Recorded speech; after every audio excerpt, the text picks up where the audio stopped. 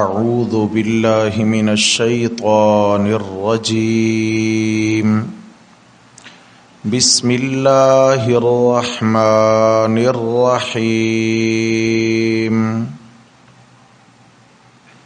زین للناس حب الشہوات من النساء والبنین والقناطیر المقنطرة من الذهب والفضة والخيل المسومة والأنعام والحرث ذلك متاع الحياة الدنيا والله عنده حسن المآب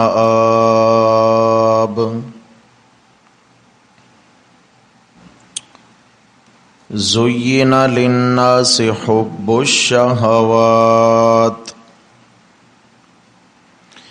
فریفتہ کر دیا گیا ہے لوگوں کے لیے پسندیدہ چیزوں کی محبت کو، من النساء والبنین، جیسا کہ عورتیں اور بیٹے، والقناطیر المقنطرة من الذهب والفضة، اور جمع کیے ہوئے خزانے سونے اور چاندی کے، والخیل المسومة، اور نشان زدہ گھوڑے، والانعام والحرث، اور مویشی اور کھیتی، ذالک متاع الحیات الدنیا،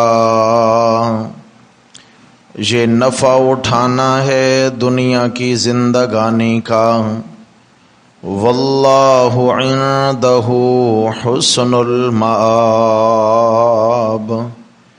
اور اللہ ہے کہ اس کے پاس ہے بہترین ٹھکانہ۔ قل، فرما دیجئے میرے پیغمبر صلی اللہ علیہ وسلم، اُنبئکم بخیر من ذالکم، کیا میں تمہیں اس سے زیادہ بہتر چیز کی خبر دوں، للذین اتقوا عند ربہم، ان لوگوں کے لیے جو پرہیزگار ہوئے ان کے رب کے پاس ہے ان کے لیے جنات، کئی باغات، تجری من تحتها الانہار، کہ جاری ہیں ان کے نیچے کئی نہریں، خالدین فیہا، وہ اس میں ہمیشہ رہا کریں گے، وَأَزْوَاجٌ مُطَہَّرَةٌ، اور پاکیزہ بیویاں ہوں گی، وَرِضْوَانٌ مِّنَ اللَّهِ، اور اللہ کی جانب سے رضا کا اعلان، اللہ کی رضا مندی ہوگی، وَاللَّهُ بَصِيرٌ بِالْعِبَادِ، اور اللہ اپنے بندوں کو دیکھ رہا ہے۔ صدق اللہ، ومن اصدق من اللہ قیلا۔ اللہم صل علی سیدنا و مولانا محمد وعلی آل سیدنا و مولانا محمد وبارک وسلم علیہ۔ حضرات محترم، درس قرآن مقدس کے سلسلہ میں تیسرا پارہ سورہ آل عمران اور اس کی آیت نمبر 14 اور آیت نمبر 15 آج ہمارے سبق میں شامل ہیں۔ بڑا عجیب انداز ہے ان دونوں مقدس آیات میں۔ اللہ تبارک و تعالی نے ان عیسائی علماء کہ دل کا حال سنایا ہے آیت نمبر 14 میں، اور 15 میں پھر ان کو جواب دیا ہے کہ نجران کے علاقے سے آنے والے 60 علماء عیسائیوں کے جو رسول اللہ صلی اللہ علیہ وسلم کے ساتھ 3 دن تک اس موضوع پر مناظرہ کرتے رہے کہ جی ہم تو حضرت عیسیٰ علیہ السلام اور ان کی اماں جان کو الہ، معبود، حاجت روا، مشکل کشا سمجھتے ہیں، اس لیے کہ ان کے متعلق ایسے متشابہ الفاظ قرآن میں بھی بیان ہو چکے ہیں۔ آپ صلی اللہ علیہ وسلم نے وحی الہی کے ذریعے ان کو سمجھایا، اور سورہ آل عمران کی ابتدائی 80 آیات اسی مناظرہ کی رویداد کے طور پہ نازل ہوئیں۔ جگہ جگہ ان کے شبہات اور اعتراضات کے جوابات بھی ہیں، 5 شبہ بیان کیے گئے اور 5 شبہات کے جواب بھی ہیں۔ ان میں ایک شبہ تو یہی تھا کہ حضرت عیسیٰ علیہ السلام کو اللہ تعالیٰ نے طرح طرح کے معجزات عطا فرمائے تھے، تو معلوم یہ ہوا کہ وہ صاحب اختیار ہیں۔ بی بی مریم کو بنا شادی کے اولاد ہو گئی تو معلوم ہوا کہ وہ صاحب اختیار ہیں۔ زکریا علیہ السلام کو 120 سال کی عمر میں بیٹا مل گیا تو معلوم ہوا کہ وہ صاحب اختیار ہیں، الی آخرہ۔ اللہ تعالیٰ نے ان کے بھی اپنے اپنے مقام پر جو ہے نا تسلی بخش جواب ارشاد فرمائے ہیں، لیکن شروع میں ہی بتا دیا کہ 3 دنوں کے مناظرہ کے بعد اب ان کے پاس کوئی دلیل باقی نہ رہی۔ ان سے پوچھا گیا کہ اب کیا خیال ہے تمہارا، حقائق قرآنیہ کو مانتے ہو؟ تو کہنے لگے جی نہیں مانتے، ہم حق پہ ہیں، ہمارا دعویٰ مضبوط ہے، ہمارے دلائل ٹھوس۔ اللہ تعالیٰ کی جانب سے حکم آیا کہ میرے پیغمبر ان کو مباہلہ کا چیلنج دیجیے۔ مباہلہ یہ ہوتا ہے کہ تم بھی اپنے عورتوں بچوں کو لے کے میدان میں آؤ، ہم بھی آتے ہیں، اور دونوں فریق یہ بد دعا کریں کہ یا اللہ ہم میں سے جو بھی جھوٹ پر اور گمراہی پر ہے اس کو یہیں پر تباہ و برباد کر دے۔ لازمی بات ہے جب اللہ کی جانب سے یہ حکم آ رہا ہے کہ ایسا ان کو چیلنج دے دیجئے تو پھر نتیجہ بھی تو واضح تھا۔ اللہ فرمائے کہ یوں کرو پھر ہم دیکھتے ہیں کیا ہوتا ہے۔ آپ علیہ السلام نے فرمایا تعالوا آؤ الی کلمۃ سواء بیننا وبینکم الا نعبد الا اللہ، آؤ کسی ایک بات پر تو اتفاق کر لیجئے، اسی کلمہ پر بھی اتفاق کر لیتے ہیں، اللہ نعبد الا اللہ، کہ ہم اللہ کے سوا کسی کی عبادت نہیں کریں گے۔ تمہارا کلمہ بھی لا الہ الا اللہ ہے، ہمارا بھی لا الہ الا اللہ ہے، اسی پر اتفاق کرو۔ ولا نشرک بہ شیئا، اور اللہ کے ساتھ کسی چیز کو شریک بھی نہیں ٹھہرائیں گے۔ جب عبادت کے لائق وہ ہے تو پھر شریک کہاں بچا؟ نہیں مانتے جی۔ فرمایا پھر ٹھیک ہے، پھر مباہلہ کے لیے تیاری کرو، رات گزارو، اور صبح پھر جو ہے میدان میں نکلیں گے، اور تم بھی آنا، ہم بھی اپنے بچوں کو لے کے، بیویوں کو لے کے ہم بھی آئیں گے، اور ہم بھی بد دعا کریں گے، تم بھی بد دعا کرنا۔ ٹھیک ہے جی۔ آپ علیہ السلام اپنے حجرہ پاکیزہ میں تشریف لے گئے، ادھر عیسائی علماء سر جوڑ کے بیٹھے کہ بھائی اگر صبح مباہلہ کے لیے میدان میں ہم نکل پڑے تو ہماری یہ آخری صبح ہوگی، اس کے بعد ہمیں سورج دیکھنا نصیب، کچھ کیجئے رات کے اندھیرے میں۔ انہوں نے کہا جی بہتر یہی ہے کہ پاؤں رکھو سر پر اور عافیت اسی میں، بھاگ نکلو یہاں سے۔ رات کے اندھیرے میں بھاگ نکلے۔ یہ علماء تھے، کون تھے؟ یہ پڑھے لکھے لوگ تھے، ان میں انجیل کے حافظ لوگ موجود تھے، سمجھ آ گئی ہے؟ ان کے پاس بھی علم کا ذخیرہ تھا، جو اللہ کے نبی سے مناظرہ کر رہے ہیں، اہل علم تھے، اور چنے ہوئے علماء کو وہاں سے عیسائیوں نے بھیجا ہوگا، ایسے تھوڑی آئے تھے۔ معلوم یہ ہو گیا کسی کے حق پر ہونے کے لیے عالم ہونا کافی نہیں ہے، کہ اگر کوئی یہ دلیل دے کہ کیا وہ عالم نہیں ہے، کہہ دیتے ہیں نا کیا فلاں فلاں فلاں وہ اس طبقے میں عالم نہیں ہے۔ بھئی عالم ہوں گے لیکن علماء میں بھی فرق ہوتا ہے. قرآن نے دو طرح کے علماء بیان کیے, علماء حق, علماء سو. ایک کیا ہے, اپنے علم سے لوگوں کو نفع پہنچانے والے ہیں, ایک اپنے علم سے اپنے پیٹ کو نفع پہنچانے والے ہیں. تو لازمی بات ہے جن کا سب کچھ پیٹ اور پلیٹ ہے تو انہوں نے کیا لوگوں کو سچ بتانا ہے, انہوں نے تو اپنے دین, اپنے علم کو استعمال کرنا ہے بطور ہتھیار کے, تاکہ کیا ہے کہ ہمارے اثاثوں میں اضافہ ہو جائے. بس صرف اثاثے بڑھانے کے لیے, تجوریاں بھرنے کے لیے اور اپنا پیٹ بھرنے کے لیے انہوں نے اپنے علم کو بطور ہتھیار کے استعمال کرنا ہے. ہر زمانے میں یہ طریقہ رہا اور آج بھی چل رہا ہے. رات میں بھاگ کے نکل گئے, چلے گئے, پہنچ گئے نجران خیریت سے, خوش ہوئے ہوں گے, جان بخشی ہو گئی. سوال یہ ہوا کہ علم کے ہوتے ہوئے حق کو قبول کیوں نہ کیا؟ علم کے ہوتے ہوئے دیانتداری کا تقاضا تھا کہ انسان کے سامنے جب دلائل آ جاتے ہیں انسان کا ضمیر بھی جھنجھوڑتا ہے کہ بھئی دلائل ہیں, ان کو قبول کر لیجئے. مضبوط دلائل جہاں آ جائیں وہاں قبول کر لیا جائے. کیوں بھاگ نکلے؟ میرے رب نے آیت نمبر 14 کے اندر جواب دیا. فرمایا وجہ یہ ہے کہ یہ جتنے بھی آئے تھے ان میں اکثر گدی نشین تھے. کیا تھے؟ اکثر بابا لوگ تھے, اکثر گدی نشینان تھے.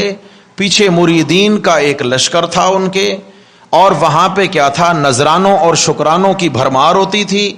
وہاں ان کے لوگ ہاتھ پاؤں چومنے والے بھی بتیرے موجود تھے.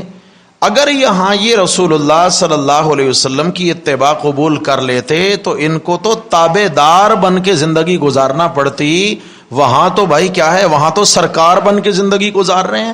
لہذا تابع داری والی زندگی ان کو قبول نہیں تھی. انہوں نے سوچا اگر ہم نے کلمہ پڑھ لیا تو وہ کر و فر, وہ گدیاں, وہ گدی نشینی, وہ مریدوں کا لشکر, وہ نذرانے, وہ شکرانے, وہ منتیں, وہ سب کو چھوڑنا پڑیں گی. لہذا بہتر یہی ہے کہ رات کے اندھیرے سے فائدہ اٹھا کے فرار ہو جاؤ. اللہ تعالیٰ نے یہاں ان کی 7 مرغوب اور محبوب چیزوں کو بیان کیا ہے. کتنی؟ کہ فرمایا ان 7 چیزوں کی محبت ان کے دل کے نہا خانوں میں بیٹھی ہوئی تھی. بس وہ اس چیز کی, ان چیزوں کی محبت میں مجبور ہو کر بیچارے چلے گئے اور انہوں نے حق کو قبول, بیچارے ہی تھے, بیچارہ ہی تو ہے, نادان. کیا ہے؟ فرمایا اعوذ باللہ من الشیطان الرجیم بسم اللہ الرحمن الرحیم زین للناس حب الشہوات. فریفتہ کر دیا گیا ہے لوگوں کو محبوب چیزوں کی, مرغوب چیزوں کی محبت میں. یعنی جو چیزیں انسان کی طبیعت کو بھاتی ہیں انسان ان پہ فریفتہ ہو جاتا ہے. انسان کے دل میں قدرتی طور پر ان چیزوں کی رغبت آ جاتی ہے اور ادھر قلبی میلان ہو جاتا ہے. خواہشات انسان پوری کرنے کے لیے پھر کچھ بھی کر گزرتا ہے. اللہ اکبر. اس لیے فرمایا زین للناس حب الشہوات. کون کون سی محبوب چیزیں؟ فرمایا من النساء, عورتیں. نمبر 2 والبنینا, بیٹے. نمبر 3 والقناطیر المقنطرۃ من الذهب, سونے کے خزانے. والفضہ, نمبر 4 چاندی کے خزانے. نمبر 5 والخیل المسومہ, نشان زدہ گھوڑے یعنی عالی شان سواریاں. آج کی پراڈو سمجھے کہ اس زمانے کے عالی شان گھوڑے, اعلی نسل کے گھوڑے, سواریاں. نمبر 6 والانعام, مویشی, مویشیوں کے ریوڑ. تو انہوں نے بھی انسان کو فریفتہ کر رکھا ہے اپنے طرف. والحرث, اور کھیتی, باغات, کھیتیاں. 7 چیزوں کا تذکرہ کیا. ہفتے میں دن کتنے ہیں جی 7. تو اشارہ ہو گیا کہ روزانہ اس بندہ کے دل میں ایک نہ ایک چیز کی محبت انگڑائیاں لے رہی ہوتی ہے. ہر نئے دن نئی چیز کی محبت, ہر نئے دن نئی چیز کی طرف طلب, خواہش, چاہت, اس کے پورا کرنے میں لگا رہتا ہے. کرتے کرتے یوں ہفتے کے دن پورے ہو جاتے ہیں. ادھر چیزوں کی محبت میں اضافہ, لیکن دن تو گزرتے جا رہے ہیں. اب ہفتے میں 8واں دن تو کہیں ہے نہیں کہ اللہ کی طرف بھی توجہ ہو جائے. بھائی صاحب آپ چھیڑ رہے ہیں اسے. جی توجہ ہے بھائی؟ ہفتے میں 8واں دن کہیں ہے؟ نہیں ہے. تو وہی یہ تو راؤنڈ چلتا رہے گا، ایسے ہی ہفتے کے دن بار بار آتے رہیں گے جب تک زندگی ہے. تو اسی طرح ہر دن میں ان چیزوں میں سے کسی نہ کسی چیز کی محبت کی دوڑ بھی لگی رہے گی. تو فرمایا زندگی ختم اور خواہشات پوری ہونے والی نہیں. خواہشات پوری ہونے والی نہیں ہے. انسان دوڑ رہا ہے خواہشات کے پیچھے. انسان کا قدم یہاں ہے، خواہشات کا قدم وہاں ہے، آگے، بہت آگے. اور اسی سپیڈ سے خواہشات بھی آگے آگے دوڑ رہی ہیں، انسان بھی پیچھے پیچھے دوڑ رہا ہے. دوڑتے دوڑتے دوڑتے دوڑتے تھک ہار کے بالآخر قبر کے گڑھے میں لیٹ جاتا ہے اور خواہشات اس کی پوری. یہ نادان بھی 60 علماء تھے، ان کے ضمیر نے بھی انہیں نہ جھنجھوڑا کہ انہی 7 چیزوں کی فنا ہو جانے والی محبت نے ان کو حق سے محروم رکھ دیا. سب سے پہلی چیز کیا تھی؟ النساء، عورتیں. کیا؟ اللہ اکبر. رسول اللہ صلی اللہ علیہ وسلم نے فرمایا میں اپنے بعد اپنی امت کے لیے فتنوں میں سب سے خطرناک فتنہ عورت کا فتنہ چھوڑ کے جا رہا ہوں. میں اپنے بعد اپنی امت کے لیے فتنوں میں سب سے خطرناک فتنہ کون سا چھوڑے جا رہا ہوں؟ عورت کا فتنہ. آج دیکھیں یہود و نصارہ اور باطل فرقے جو ہیں وہ سب سے پہلا وار کیا کرتے ہیں کہ اہل حق پر عورت کو استعمال کیا جاتا ہے. عورت کو استعمال کیا جاتا ہے. یہود نصارہ دیکھیں تمام باطل مذاہب جو ہیں، حیا نام کی کوئی چیز نہیں ہے. قادیانیت کو دیکھ لیں، وہ سب سے پہلے جھانسا دیں گے چلو بھائی ہم تمہیں مال بھی دیں گے، تمہیں نوکری بھی دیں گے، اور تمہیں جو ہے نا رشتہ بھی دیں گے، اور تمہیں جو ہے نا جناب علی اس کا جرمنی کا ویزا بھی دیں گے، وہاں کی نیشنلٹی بھی تمہیں لے کر کے دے دیں گے. تو پھر مسلمان کو اور کیا چاہیے؟ ماشاءاللہ مسلمان کو تو جرمنی، امریکہ یا لندن یا کچھ بھی یہ تو بڑا خوبصورت دکھتا ہے. پھر کیا ہوتا ہے؟ یہاں ایمان کا بھی سودا ہو گیا، یہاں پہ غیرت کا بھی سودا ہو گیا، حیا کا بھی، سب کچھ یہاں گڑا کھود کے دفن کر کے چلا جاتا ہے. میرے ایک کلاس فیلو تھے، بہت قابل کلاس میں بہت قابل تھے، اور اکثر وہ بخاری کی عبارت پڑھا کرتے تھے اور حدیث میں پہنچ چکے تھے، عالم بننے والے تھے. درمیان سال منڈی بہاؤدین کے علاقہ کے تھے پنجاب میں.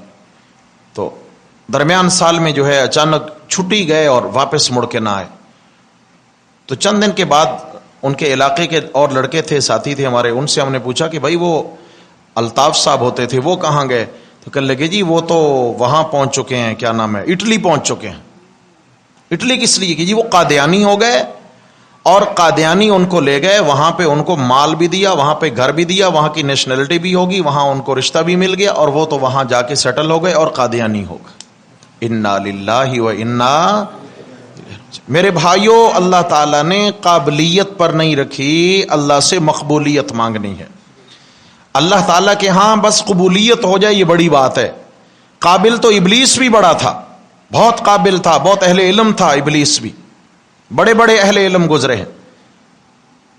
مرزا غلام احمد قادیانی بھی بہت بڑا عالم تھا، لیکن کام خراب ہو گیا. میرے بھائیو اللہ تعالیٰ قابلیت دیں تو اللہ اپنے ہاں مقبولیت بھی نصیب فرمائے.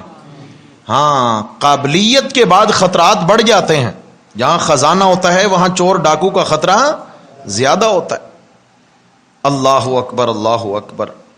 تو سب سے پہلا فتنہ جو فرمایا وہ عورت کا فتنہ ہے. آپ علیہ السلام نے فرمایا النساء حبائل الشیطان، عورتیں یہ شیطان کی رسیاں ہیں، شیطان کے جال ہیں. یہ مردوں پہ پھینکتا ہے جال، جیسے شکار پہ جال پھینکا جاتا ہے، اور رسیاں ہیں یعنی جیسے رسی سے جکڑا جاتا ہے، باندھا جاتا ہے، یہ عورت کے ذریعے مرد کو قابو کرتا ہے. اچھے خاصے سمجھدار مرد کی عقل پہ عورت جتنا جلدی غلبہ پاتی ہے کوئی چیز اتنا جلدی غلبہ نہیں پاتی. اس لیے آپ علیہ السلام نے فرمایا اپنے بعد میں اپنی امت میں فتنوں میں سب سے خطرناک فتنہ جو چھوڑے جا رہا ہوں وہ کون سا ہے جی؟ عورت. لیکن میرے بھائیو یاد رکھنا ہر چیز کے دو رنگ ہیں، دو رخ ہیں، مثبت بھی ہے منفی بھی ہے، پازیٹیو بھی ہے نیگیٹو بھی ہے. دونوں پہلو ہیں.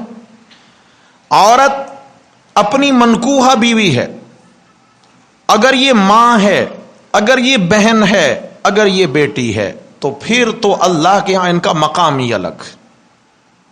ماں ہے تو اللہ نے ساری جنتی اٹھا کر ماں کے قدموں تلے رکھی ہوئی ہے. اولاد کی جنت کہاں ہے؟ ماں کی اطاعت میں، ماں کی خدمت میں، ماں کے قدموں تلے. اور اگر بہن ہے تو اللہ تبارک و تعالی نے بہن کو مجسمہ رحمت بنایا ہے. بہن کتنا خدمت کرتی ہے بھائیوں کی، بھائی کتنا خدمت. اور اگر بیٹی ہے تو اللہ نے اس کو تو صاحبان رحمت بنایا ہے. بیٹی تو رحمت ہوتی ہے. اور اگر بیوی ہے تو اللہ تعالی نے اس کو محبتوں کا مرکز بنایا ہے، محبتوں کا مرکز، جس کو مرد کے لیے سکون کا مقام ٹھہرایا. لیسکن الیہا، فرمایا اس لیے نکاح کرو، شادی کرو، لیسکن الیہا، تاکہ مرد اپنی بیوی کے بجا کر سکون حاصل کرے. کیا مطلب ہے؟ تھکا ہارا آئے، بیوی حال احوال پوچھے، اس کی خدمت کرے. سمجھ آ گئی ہے؟ اگر وہ پریشان حال ہے تو اس کی سنے، اس کو حوصلہ دے، اس کا دل بڑھائے. سارے معاملات میں جتنا بیوی رازدار ہوتی ہے اتنا کوئی اور ہو سکتا ہے؟ جتنا بیوی اندر تک اپنے شوہر کو جانتی ہے اتنا کوئی اور نہیں جانتا.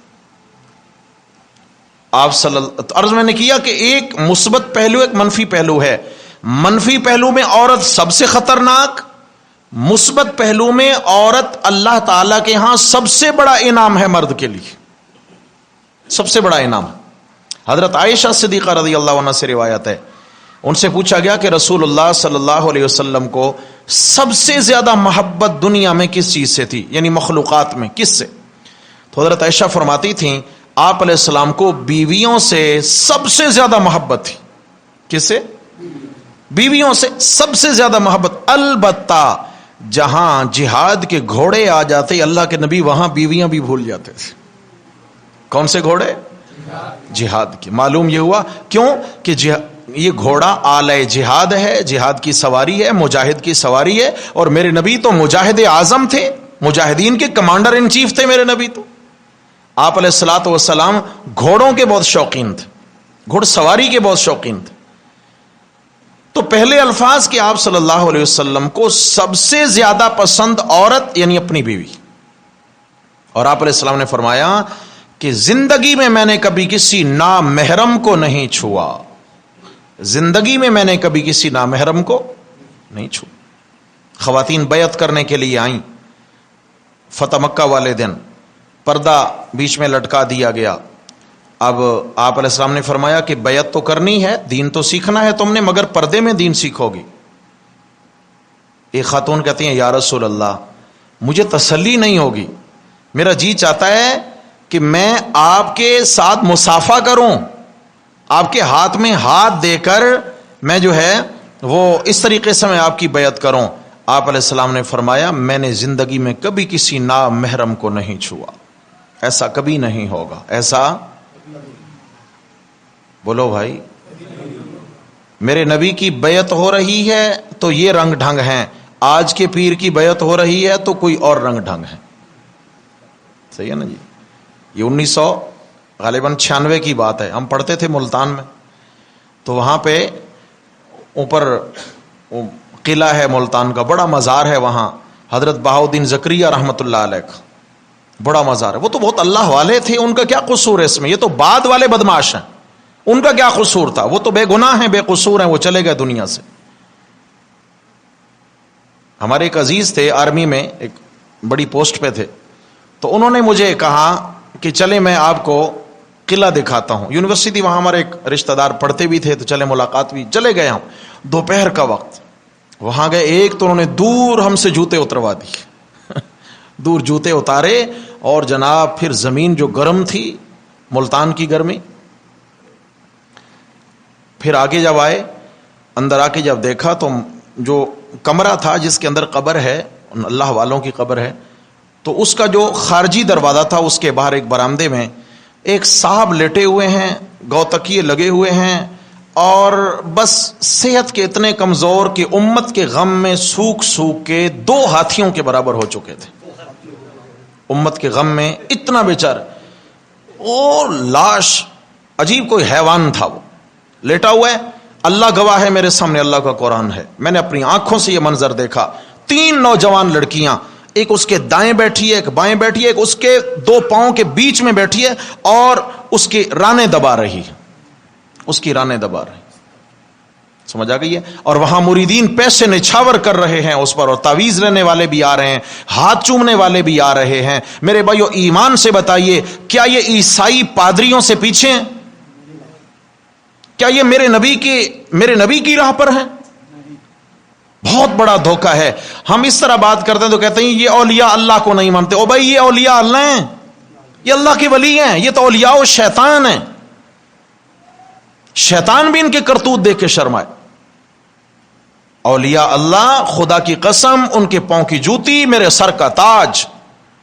حق کے ولی، اللہ کے حق کے ولی، سچ کے ولی، ان کے پاؤں کے ساتھ لگنے والی خاک میری اور میری جماعت اور میرے بزرگوں کی آنکھوں کا سرما، زہ قسمت. اللہ والے تو ہوں نا. ہمارے شیخ رحم اللہ فرمایا کرتے تھے کہ اللہ کا ولی کون ہوتا ہے؟ کہ جس کی زبان پہ ذکر خدا ہو، سارے بدن پہ سنت مصطفیٰ ہو صلی اللہ علیہ وسلم. ہے نا؟ ہوگا نا اللہ کا ولی، زبان پہ ذکر اور پورے بدن پہ سنت. اور یہ جناب چٹ تازہ کلین شیو، اور پھر آ کے بیٹھے اور مریدین کے اندر. تو میرے بھائیوں، یہ بہت بڑا مسئلہ ہے اس امت کا، بہت بڑا مسئلہ ہے اس امت کا. عیسائی علماء اسی فتنے میں مبتلا ہوئے اور انہوں نے حق کو قبول نہ کیا. پہلا فتنہ کون سا تھا؟ بولو بھائی. عورت کا فتنہ. لیکن میں نے عرض کیا کہ ایک مثبت پہلو ہے. آپ صلی اللہ علیہ وسلم کو بھی محبت ہے اپنی بیویوں سے، آپ علیہ السلام کو بھی محبت ہے اپنی بیٹیوں سے، آپ علیہ الصلوۃ والسلام کو بھی محبت ہے اپنے رشتوں سے. پھر نبی کریم صلی اللہ علیہ وسلم نے فرمایا کہ الدنیا کلھا متاع وخیر متاعها المرأة الصالحہ او کما قال النبی صلی اللہ علیہ وسلم. فرمایا ساری دنیا برتنے کا سامان ہے، نفع کا سامان ہے، لیکن پوری دنیا میں سب سے زیادہ نفع بخش جو چیز ہے وہ نیک بیوی ہے. کون سی بیوی؟ اور وہ بیوی نہیں کہ جو درس کے بعد جائیں دروازے پہ تو اللہ ہی خیر کرے، پتہ نہیں کیا ہوگا.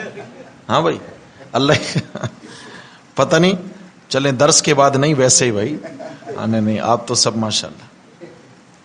امید ہے انشاءاللہ ہماری جو مائیں بہنیں بیٹیاں قرآن کا درس سنتی ہوں گی، انشاءاللہ شوہر کی نافرمانی نہیں کریں گی انشاءاللہ. ہاں انشاءاللہ. یہ تو محنت ہی اسی چیز کی ہے. اللہ کرے کہ ہمارے گھروں کی اصلاح ہو جائے. اللہ اکبر.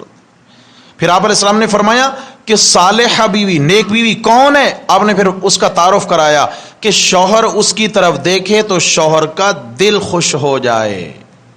سمجھ آ گئی ہے؟ اور اگر شوہر گھر سے چلا جائے تو یہ اس کے بچوں، اس کے مال اور اس کی عزت کی پہرے دار بن کر وقت گزارے. کیا مطلب ہے؟ گھر میں مرد آ جائے تو بیوی بن جائے، گھر سے مرد چلا جائے تو یہ گھر میں مرد بن جائے. کیا کرے؟ اللہ اکبر. ایک زمانہ تھا عورت جب مرد کو مرد سمجھا کرتی تھی اور مردوں کا مقام ہوا کرتا تھا. مجھے یاد ہے بوڑھی خواتین، یا عمومی طور پر کیا ہوتا، بوڑھی خواتین یہ کہتی تھیں کہ بھائی اگر گھر میں مرد نہ ہو تو مرد کے جوتے گھر کے باہر دروازے پہ رکھ دیا کرو تاکہ ہر ایک کو پتہ چلے کہ گھر پہ مرد ہے. سمجھ آ گئی ہے؟ اللہ تعالیٰ نے مرد کو اتنی ٹھنڈی چھاؤں بنایا ہے بیوی کے لیے، گھر کی عزت کا پہرے دار ہے. پھر آپ صلی اللہ علیہ وسلم نے نیک بیوی کی بہت تعریفیں بیان فرمائیں، بہت تعریفیں بیان فرمائیں. تو کیا ہے کہ عیسائی جو ہے وہ گناہ کے راستے میں اس چیز کے طلبگار تھے اور فریفتہ تھے. نمبر 2 والبنینا، بیٹے مراد اولادیں ہیں. عیسائیوں کے دل میں اولادوں کی زیادہ محبت تھی، ان کی محبت نہیں چھوڑ سکتے تھے کہ دین قبول کرتے. ارے اولاد سے محبت، جی اولاد سے محبت کے بھی 2 پہلو ہیں، ایک مثبت ہے ایک منفی ہے. اولاد سے محبت کا منفی پہلو یہ ہے کہ میرے بیٹے زیادہ ہوں، اولادیں ہوں. کیوں؟ تاکہ کل کوئی میرا سامنا نہ کر سکے. ہاں جی، میں کئی جوان بیٹوں کا باپ ہوں، میرے کندھے مضبوط ہوں، میرے ہاتھ مضبوط ہوں، اور کوئی ہمیں نیچا نہ دکھا سکے. فخر، غرور، تکبر اگر مقصود ہے تو یہ اولاد اللہ کا عذاب ہے، یہ اولاد اللہ کا عذاب ہے.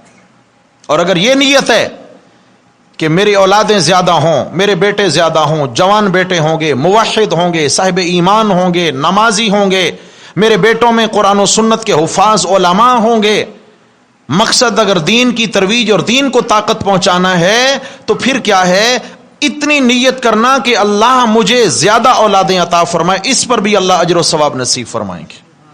ایک مثبت پہلو ہے اس کا۔ انسان نیت تو کر لے، شادی ہوتی ہے تو جوڑا نیت کر لے، پہلے دن ہی ایک دوسرے سے وعدہ کریں اللہ نے ہمیں اولاد نصیب فرمائی، انشاءاللہ تعالی ہم قرآن و سنت کا عالم بنائیں گے اسے۔ کیا نیت ہونی چاہیے؟ ہاں، عالم بنائیں گے، عالم بنائیں گے۔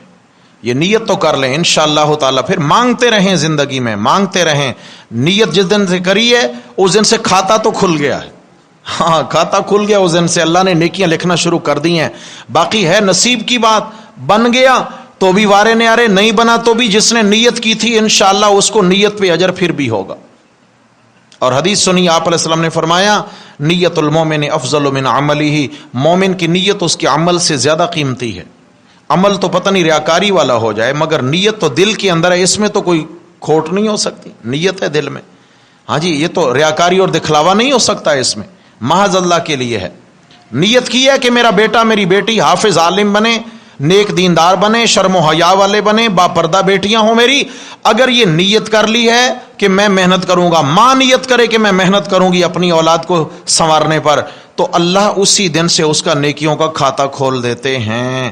اور اگر اولاد نافرمان بھی نکل گئی، اگر بے دین بھی نکل گئی، ماں باپ کو نیت کرنے کا دیندار اولاد کے برابر ثواب ہوگا، نیت جو اچھی کر لی ہے انشاءاللہ۔ اور یہ ہو ہی نہیں سکتا کہ والدین فکر مند ہوں، ماں باپ کی دعائیں ہوں اور اولاد بگڑ جائے، نہیں بھائی، ہمارے مانگنے میں بہت کمی ہے، ہمیں مانگنا نہیں آتا۔ ہم بیٹے کے لیے اچھا روزگار مانگتے ہیں، اچھی ملازمت مانگتے ہیں، دکان مانگتے ہیں، سب کچھ مانگتے ہیں، اس کے لیے اچھا رشتہ مانگتے ہیں۔ نہیں مانگتے تو اس کے لیے ہم حیا نہیں مانگتے، نہیں مانگتے تو اس کے لیے ہم نمازی ہونا نہیں مانگتے، نہیں مانگتے تو اس کے لیے ہم دیندار ہونا۔ کیا مانگتے ہیں اتنا جتنا دنیا مانگتے ہیں؟ کم از کم دنیا کے برابر ہی مانگ لیں۔ اللہ تعالیٰ دنیا آخرت کی خیر نصیب فرمائے۔ ربنا آتنا فی الدنیا حسنہ وفی الآخرۃ، دنیا کی بھی بھلائی مانگو، آخرت کی بھی بھلائی مانگو۔ اللہ میں توفیق نصیب فرمائے۔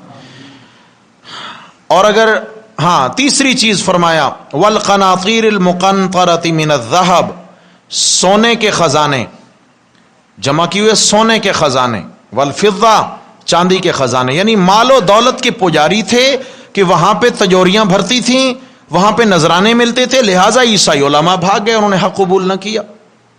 سمجھ آ گئی ہے؟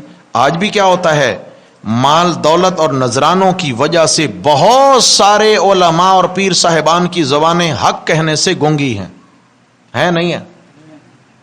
آپ کو اتنا تجربہ نہیں ہوگا، ہمیں بہت تجربہ ہے۔ ایک مولوی صاحب مجھے کہنے لگے، میں ایک مدرسے میں پڑھاتا تھا، مجھے کہنے لگے اللہ انہیں معاف فرمائے، بڑی عجیب سوچ اور عجیب بات کی، میں تو ہل گیا۔ مجھے کہنے لگے مولوی صاحب یہ جو آپ پڑھا رہے ہیں نا، اس چیز کو چھوڑیں، اس میں کچھ نہیں بننے والا آپ کا، پیسہ مسلح کے نیچے ہوتا ہے۔ کہاں؟ انا للہ و انا، ہاں مطلب کیا ہے بھائی، امام بنو پھر پیسہ ہی پیسہ ہے۔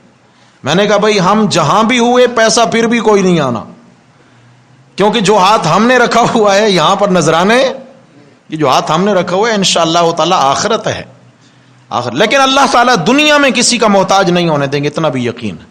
ہاں، انسان جو حق سناتا ہے، جو عالم حق گو ہوتا ہے، اللہ اس کو بھی دیتے ہیں، اور جو حق چھپاتا ہے اللہ اس کو بھی دیتے ہیں۔ ملتا مقدر کا ہے، اس کو بے عزتی سے ملتا ہے، اور حق کہنے والے کو اللہ عزت سے عطا کرتے ہیں، عزت سے عطا کرتے ہیں اس کو۔ اس لیے انسان اسباب پہ نظر نہ رکھے، مسبب الاسباب پہ نظر رکھے۔ یہ سب کچھ کس کے قبضے میں ہے؟ اس نے کبھی بھی ایک رات بھی بھوکا نہیں سلایا، کیوں بھائی آپ میں سے کسی کو سلایا؟ نہیں سلایا۔ اور یہ بھی نہیں ہے کہ جو حرام کما رہے ہیں وہ رات میں 3 مرتبہ اٹھ کے جو ہے نا مرغ مسلم کھاتے ہیں، یہ بھی نہیں ہے۔ انہوں نے بھی اپنے نصیب کا کھانا ہے، اور حلال کمانے والے نے بھی اپنا نصیب کا کھانا ہے۔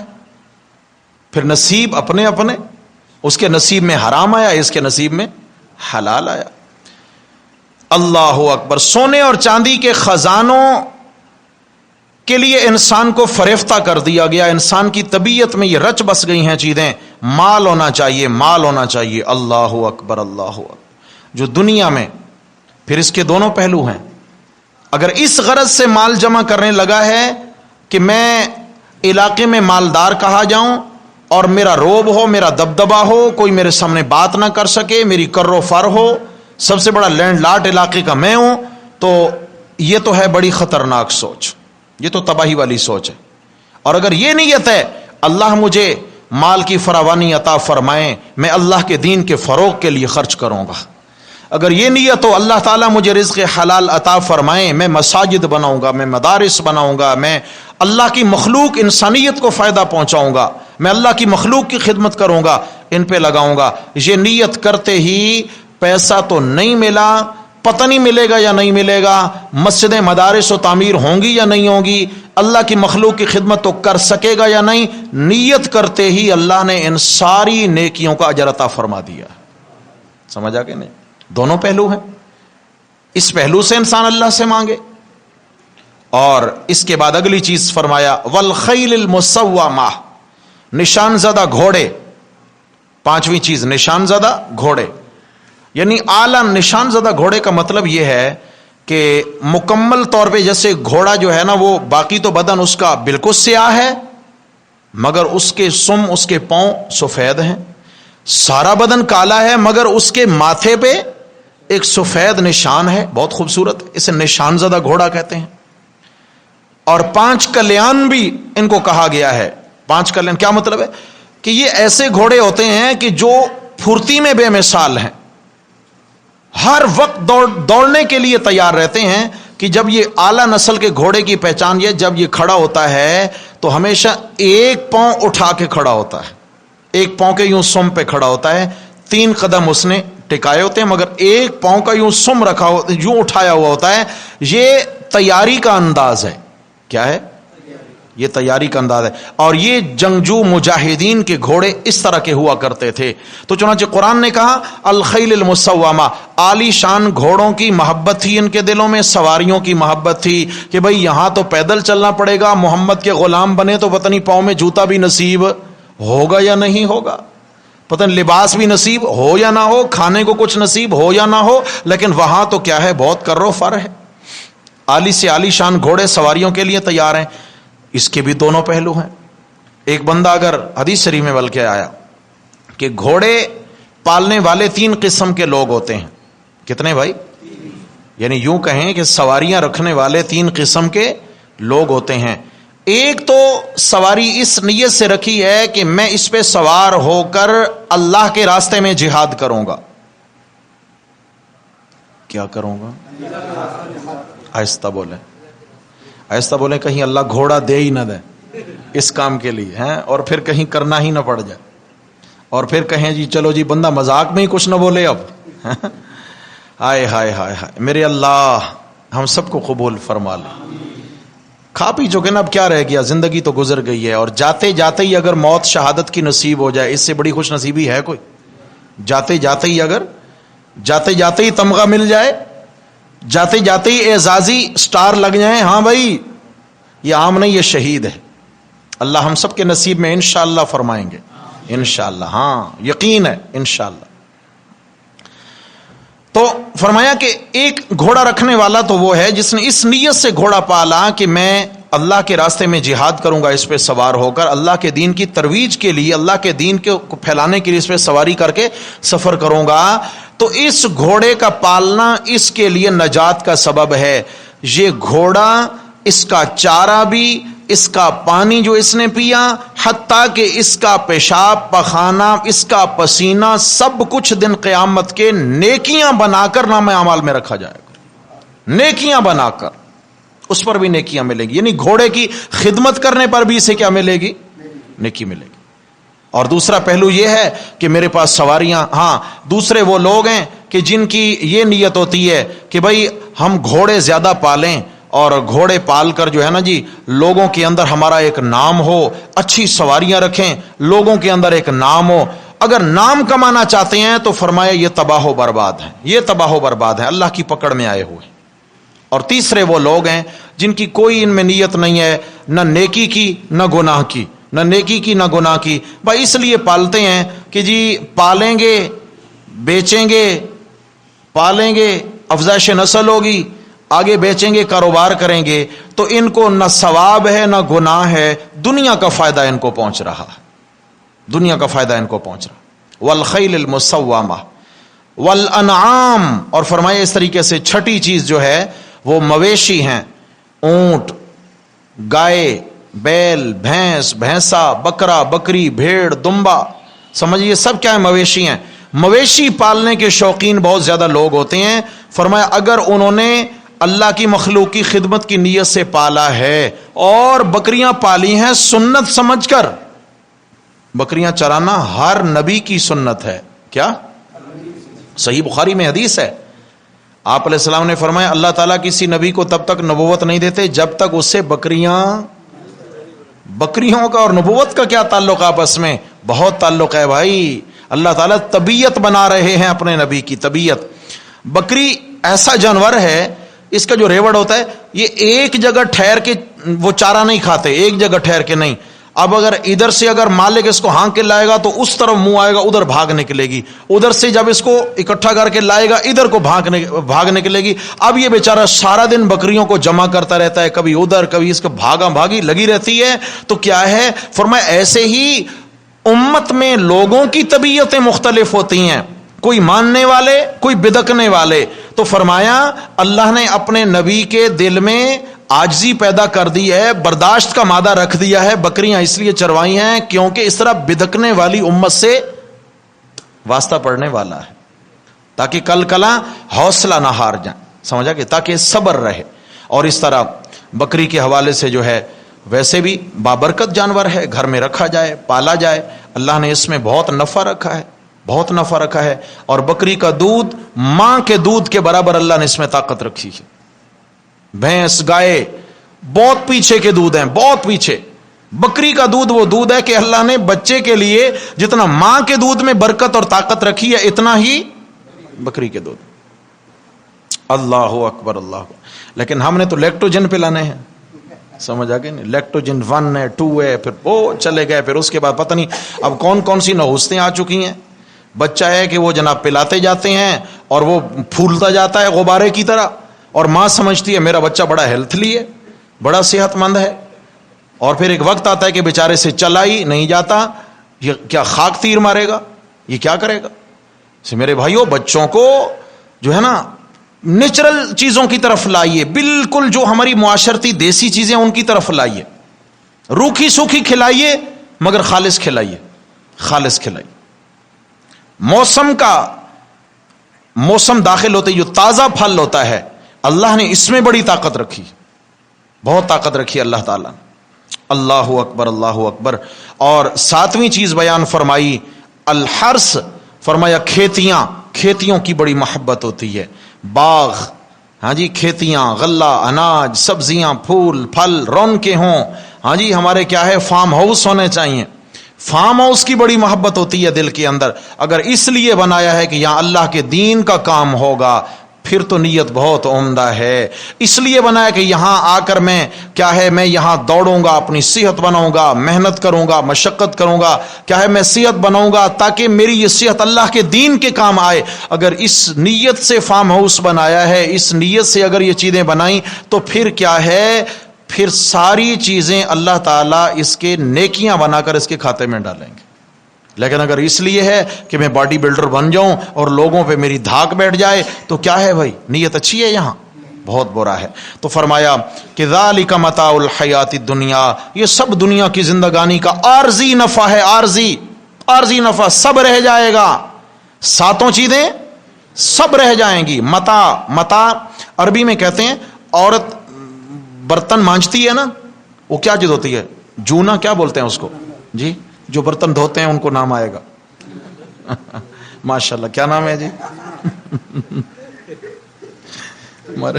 ہمارے رئیس بھائی کو اب سمجھ آئی چلیں جی، ماشاءاللہ۔ جونا اچھا چلیں ایک کپڑا لے لیں، پرانا زمانہ تھا سادہ، یا آج بھی گاؤں دیہاتوں میں کیا ہوتا ہے کہ ایک کپڑا لیا، اس پہ صابن لگایا یا اس میں ریت کی ایک وہ تھیلی باندھ لی، اور اس سے کیا ہوتا ہے کہ خواتین برتن مانجتی ہیں۔ اچھا یہ جو تھیلی ہوتی ہے یا وہ میلا کچیلا کپڑا ہوتا ہے، جب الماری میں شوکیس میں گھر کی خاتون برتن سجاتی ہے دھلے ہوئے، تو اس میلے کپڑے کو ساتھ سجا دیتی ہے نا وہاں پہ، کیوں؟ اسی کی برکت سے تو بھائی اتنے وہ چمک رہے ہیں۔ اس بیچارے کا اتنا حق نہیں ہے کہ اس کو وہاں تک، نہیں، اس کو نیچے رکھ دیا جائے گا، اس کو میلی کچیلی جگہ پہ رکھ دیا جائے گا، کل پھر کام آئے گا، یہیں سے اٹھا کے یہیں اس کو پھر دھر دیا جائے گا۔ یاد رکھنا عربی میں متاع اسی میلے کچیلے کپڑے کو کہتے ہیں، اسی صافی کو، اسی ٹکڑے کو کہتے ہیں، اسی جونا کو کہتے ہیں متاع عربی کے اندر، کہ جس کے ذریعے برتنوں کی منجائی ہوتی ہے۔ فرمایا ذالک متاع الحیات دنیا، یہ جتنی چیزیں بیان ہوئی سب دنیا کے اعتبار سے برتنی کی چیزیں عارضی، دل کے شوکیس میں ایمان کے برتنوں کے ساتھ ان کو سجانے کی اجازت نہیں ہے۔ ان سے وقتی طور پہ فائدہ اٹھاؤ، سونا ہے چاندی ہے فائدہ اٹھاؤ، سواریاں ہیں فائدہ اٹھاؤ، کھیتیاں ہیں فائدہ اٹھاؤ، لیکن ان کو دل میں ایمان کی جگہ میں سجانے کی اجازت نہیں ہے۔ اللہ اکبر۔ یا اللہ، پھر یہ دنیا آپ نے بنائی کیوں؟ دنیا بنائی کیوں؟ فرمایا یہ تو ہے دنیا میں برتنے کے لیے، واللہ عندہ حسن المآب، اللہ کے ہاں اس سے بہترین ٹھکانہ موجود ہے، اللہ کے ہاں اس سے بہترین ٹھکانہ موجود ہے۔ آیت نمبر 14 ہو گئی، 15 کا سبق انشاءاللہ آئندہ پڑھیں گے، اس میں مزید تفصیلات ہیں، جنت کے تذکرے ہیں۔ اللہ کے ہاں بہترین ٹھکانہ ہے، یا اللہ کون سا بہترین ٹھکانہ ہے؟ فرمایا او تمہیں اگلی آیت میں بتاتے ہیں کتنا بہترین ٹھکانہ ہے۔ زندگی رہی تو انشاءاللہ تعالی اگلے سبق میں پڑھیں گے۔ اقول قولی ھذا استغفر اللہ واتوب الیہ۔